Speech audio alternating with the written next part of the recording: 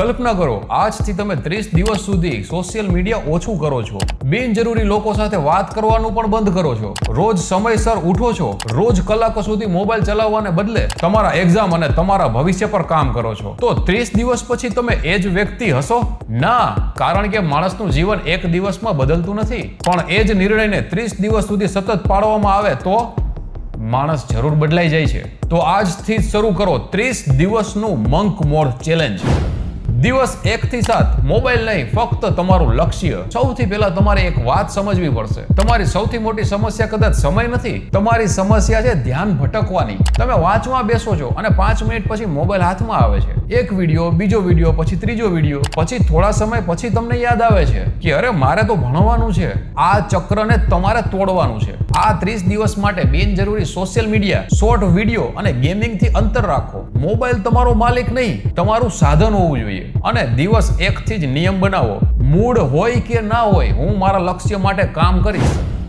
દિવસ 8 થી 14 એક્ઝામને ગંભીરતાથી લ્યો. જો તમે કોમ્પિટિટિવ એક્ઝામ અથવા બીજી કોઈ પરીક્ષાની તૈયારી કરી રહ્યા છો તો એક વાત જરૂર યાદ રાખજો, તમારી સાથે પરીક્ષામાં હજારો લોકો બેસવાના છે. કોઈ તમારાથી વધારે હોશિયાર હશે, કોઈ તમારાથી વધારે સુવિધા ધરાવતું હશે, પણ એક વસ્તુ તમે તમારા હાથમાં રાખી શકો છો, એ છે તમારી ખુદની મહેનત. દરરોજ થોડું વાંચવાથી મોટું પરિણામ મળતું નથી, પરંતુ દરરોજ સતત વાંચવાથી એક દિવસ પરિણામ મોટું આવે છે. આ 30 દિવસમાં તમારે કલાકો ગણવાની નથી, તમારે તમારું કામ પૂરું કરવાનું છે. આજે કેટલા કલાક વાંચ્યું તેના કરતા આજે કેટલું શીખ્યા, કેટલા પ્રશ્નો ઉકેલ્યા કે કેટલી ભૂલો સુધારી, આ બધું મહત્વનું છે.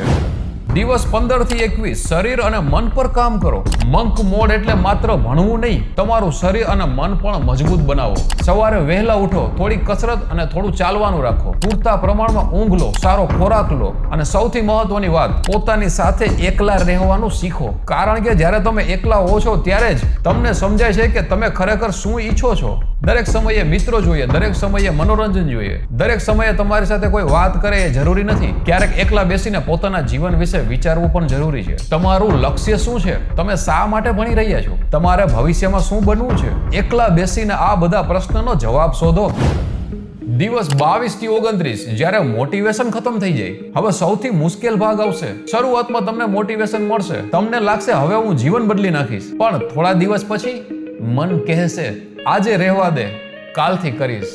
આજે થોડો ફોન ચલાવી લઉં, આજે થોડો બહાર ફરી આવું. અને અહીંથી મોટા ભાગના લોકો હારી જાય છે. યાદ રાખજો, મોટિવેશન તમને શરૂઆત તો કરાવે છે, પરંતુ શિસ્ત તમને અંત સુધી લઈ જશે. તમારે દરરોજ ઉત્સાહિત રહેવાની જરૂરત નથી. કેટલાક દિવસ તમે થાકેલા હશો, મન નહીં લાગે, તમને લાગશે કે મહેનતનું કોઈ પરિણામ નથી મળતું, પણ એ જ બધા દિવસોમાં તમારે કામ કરવાનું છે. કારણ કે સફળ લોકો અને સામાન્ય લોકો વચ્ચેનો તફાવત ઘણી વખત પ્રતિભાનો નહીં, સતત પ્રયત્નનો હોય છે.